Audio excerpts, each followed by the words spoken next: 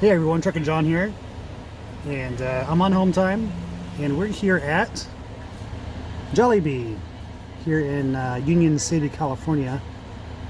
This is a Filipino fast food place if you've never heard of it.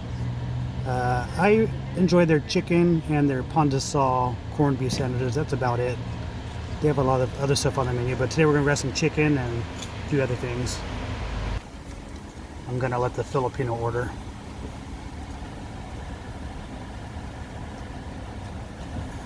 What can I get for you? Hi, can we get the 10-piece chicken joy spicy? You said 10 piece? Yeah. It's gonna take about 15 minutes for the spicy. Is that okay? Yes, that's fine. Okay. Anything else? Yes, the burger steak. Sorry? Burger steak? Those are 3 piece. No, the family The one. family pack. Anything else? How much is your pie? Sorry? The peach mango pie? Okay. Everything correct on the screen? Yes. 4168. Thank you. 15 minutes for chicken? What is this, Popeyes? No, Popeyes is quicker. What is that? What's up, Loki? Hey, Loki. Got JR back there also. So what's up, JR? Huh? Huh? See what's up. What's up? What's up? Loki! Loki! Loki! Yeah, so anyways, going, got a bug on the ceiling up there. Going to my brother-in-law's house here in Fremont, California. And Jordan is back at the house where we live, hanging out. And we're going to be picking up Jasmine. She went to a friend's birthday party. So that's what we're doing here on our home time today. So let's tag along with us here, and we'll be back on the road here tomorrow. Good morning, everyone. So I'm here in my backyard. This is one of the things I miss while I'm on the road, is taking care of my plants and everything. I got my lemon tree here that's producing pretty well. Not turning yellow yet, but maybe by the time I'm on my next home time, they'll be ready for some plucking. Got some lemonade going on, and I just got all kinds of stuff growing back. I got tomatoes, got zucchinis, all kinds of cool stuff. The only thing, there's an avocado tree. The avocado tree takes about 5 to 8 years to produce. This is about almost 4 years old now. So I don't know. Maybe we'll get some avocados soon. Those are 8 plants. But my orange tree is the same age as my lemon tree, and it has not produced. So I don't know if orange trees take longer or what. Hopefully one of these days we'll get some oranges. But the hardest part about being over the road trucker is leaving the family. Every time I leave home, you know, it's an emotional departure for both me and the family. Definitely the hardest thing.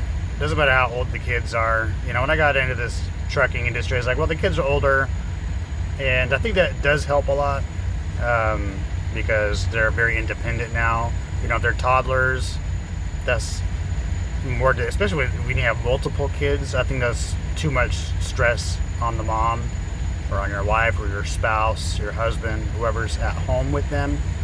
But even as teenagers, it could probably be just equally as stressful. And you know, I have 2 teenagers and my younger daughter who's almost a teenager. So, you know, props to my wife Rosalie for, you know, holding down the fort while I'm out here. But like I said, every time I leave the home, it's a tough one. It really is. It makes it very difficult the first few days out here. You really get homesick. You really don't want to leave. It doesn't matter if you're home for multiple days or whatever. It's never easy to leave. So anyways, with that said, I'm here at my shipper in Stockton, California. And we will be heading about 800 miles north to the state of Washington. So that's what this trip's going to be. Here at Kraft Distribution Center, getting loaded right now, and then we will be on the road. Welcome everyone to Weed, California, or just outside of it. As you can see, there's a lot of smoke in the skies from the large fires that are happening in California right now. Just to give you an idea of how bad the smoke is. To the right of me is Mount Shasta, which is this huge, majestic mountain, beautiful mountain here on Interstate 5 going northbound.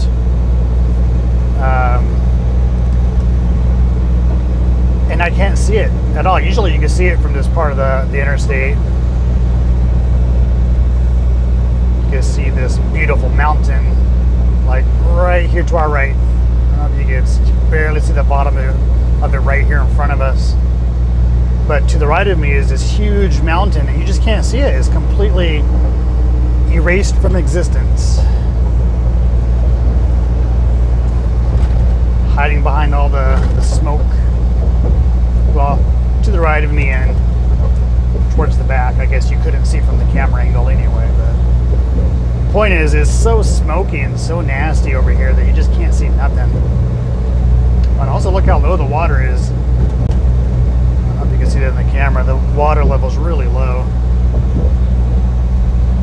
It's weird how California is always in this major drought, and then we have a good winter and we're out of this long drought, but then it only lasts for what seems like just a few weeks, and all of a sudden we're back into drought again. And now we're back to fire season. This is we're pretty much approaching my 1 year mark with Prime. And I remember, and if you all remember, if you watched me from the beginning, when I went for my orientation, I drove over the Sierra Mountains, went over Tahoe and into Nevada. It was just like this exactly a year ago. Smoky. Right on cue. Every year is the same. And we're on the Stone Turnpike Memorial Freeway here on I-5 northbound. This is really a beautiful area when it's not smoky. Even in the wintertime. You know, as long as you're not here right when it's snowing, right when they cleared the roads and you drive through here, it's so beautiful. There's a lot of nice camping areas in this area. Never been, but I see them, and I would always like to go one time. I always see that, like these hidden little spots off the freeway where people stop and get into the little river or the creek on a hot day. Just having fun.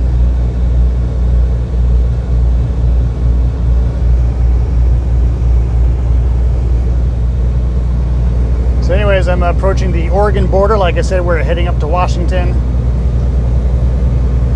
That shipper was actually wasn't too difficult getting out of there. Just took a little bit longer than I was hoping for, but I also got there really early. My appointment wasn't until 8:30 in the morning.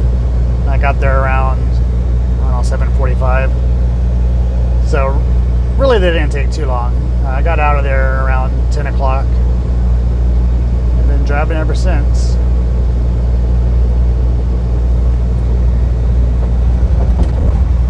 So that train there to the left.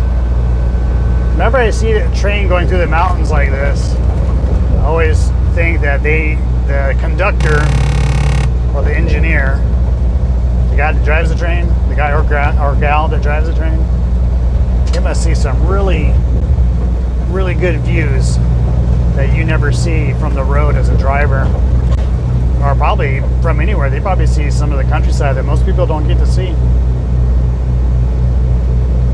I thought it'd always be fun to be the train driver, be the engineer. I actually thought about doing that at one point. But it's kind of, I think it's difficult to get in. I think I went as far as getting an application in and all that, and just never really went anywhere. But I think that'd be a fun job. I would definitely give up trucking to do that. I'd go drive a train. It's probably a very similar job. You get to see the countryside. You're hauling cargo. Probably have to follow a lot of the federal regulations that we have to follow, if not more. Yeah, I think it'd be an interesting job. I wonder if there's any train engineer vloggers like there are truck vloggers. That'd be interesting to watch.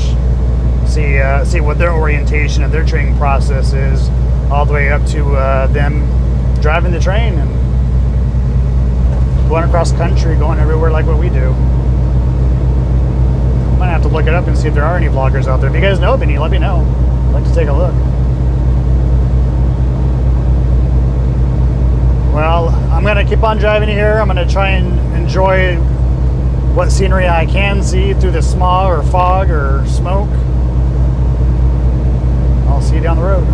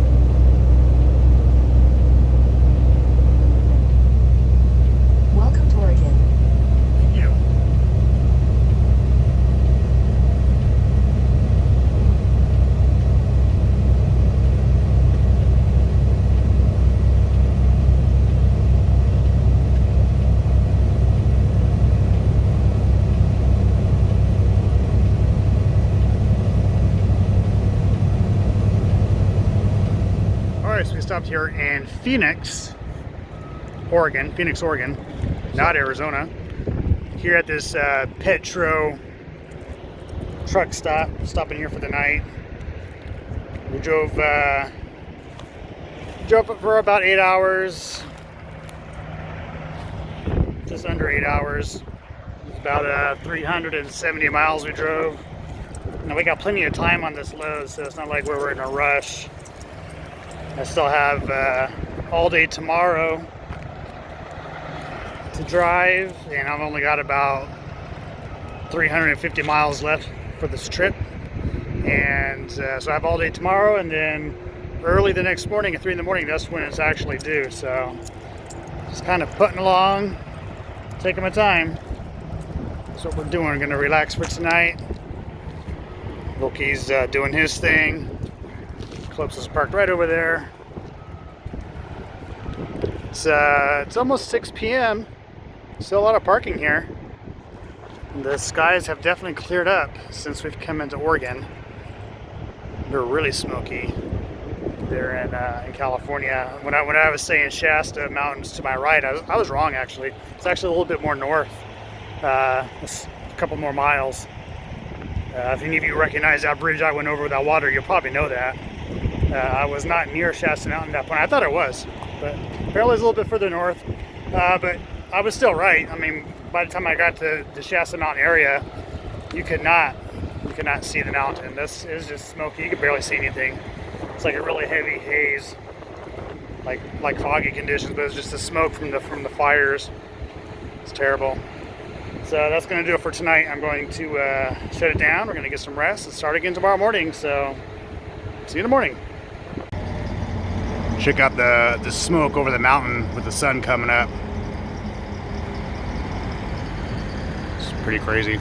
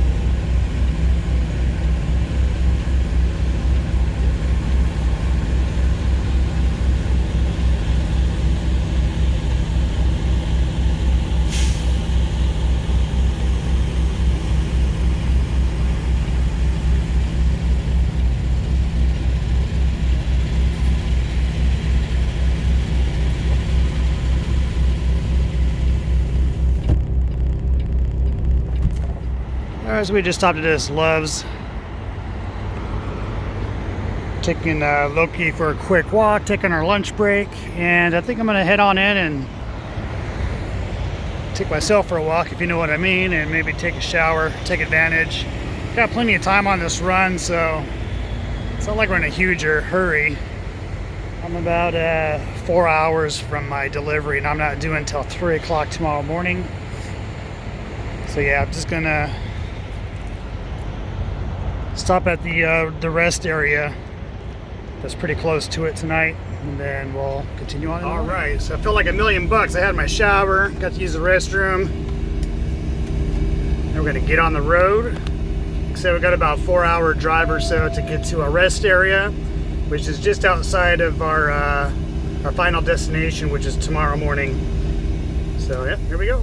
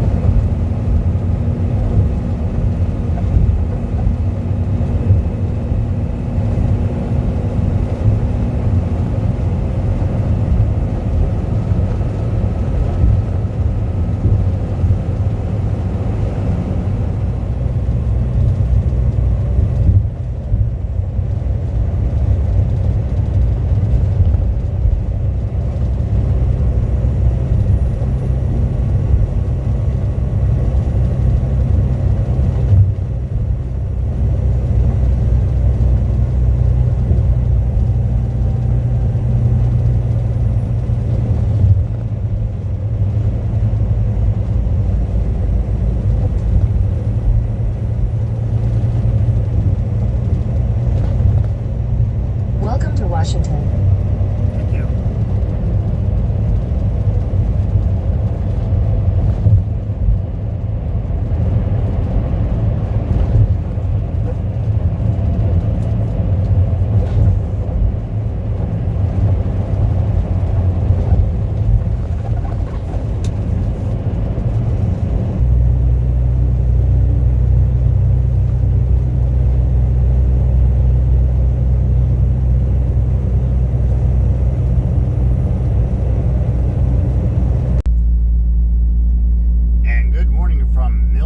Washington. I'm here at this SeaTac rest area / way station.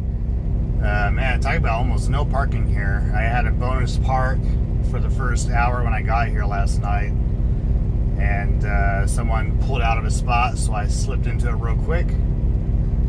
And yes, we did all right. Did my pre-trip, and I noticed my oil was kind of low, so I added some oil to the engine. Never ceases to amaze me with these brand new trucks. There's all kinds of bugs and gremlins and things that you need to work out in the first 100,000 miles. You know, I'm pushing 45,000 miles right now as it is, and I had to add some oil to the engine. A lot of oil, actually. I was surprised how low it was. I don't check the oil every single pre-trip. I probably do it like once a week. But yeah, I guess since last time I checked, it went down quite a bit. So anyways, yeah, we're going to be heading over to our receiver here in Pilot, right outside of Tacoma, Washington. And then, yeah, we'll see where we're going next after this.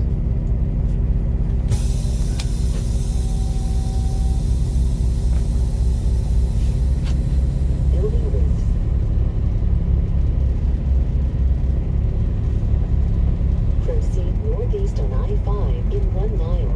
Take exit 142 on the right for Washington 18 East and other.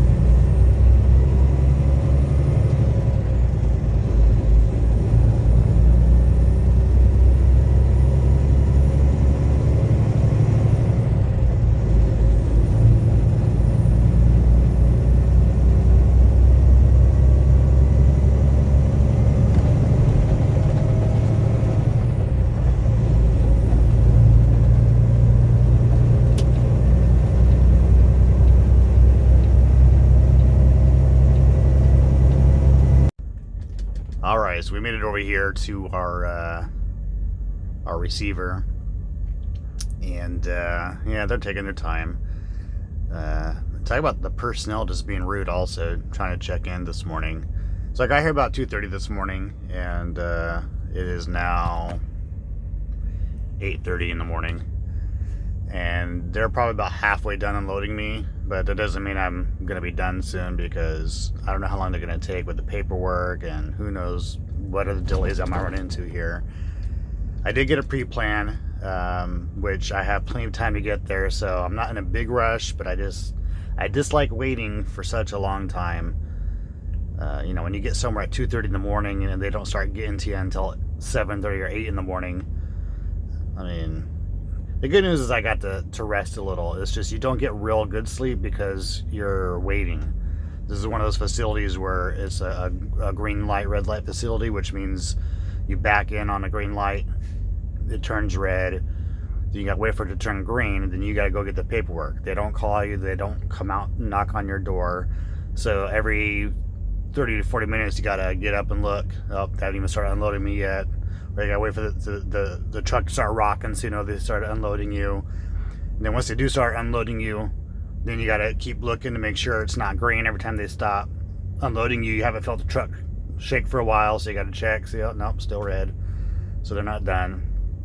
So you don't get really good sleep, even though you do get a little bit of sleep in these situations. But yeah, I think they're just about finished. I mean, they've been unloading me for about an hour now, so I can still feel them. I don't know if you can hear, but they're still unloading me right now. So anyways, once we're finished here, we're going to be heading about 200 miles here to somewhere here in the state of Washington for our pickup. I don't know too many details on it. It's just a pre-plan. I do believe it's a live load though, so I'm gonna have to get the trailer washed out most likely and get it fueled up before I get there. And being in the state of Washington where I'm at to where I'm going, there's probably not too many fuel stations or washout facilities, so that might be an interesting thing to see how I handle that. So anyways, we're going to be heading to Cleveland, Ohio next, which I'm a little excited about, not because I'm going to Ohio, but because of where I am.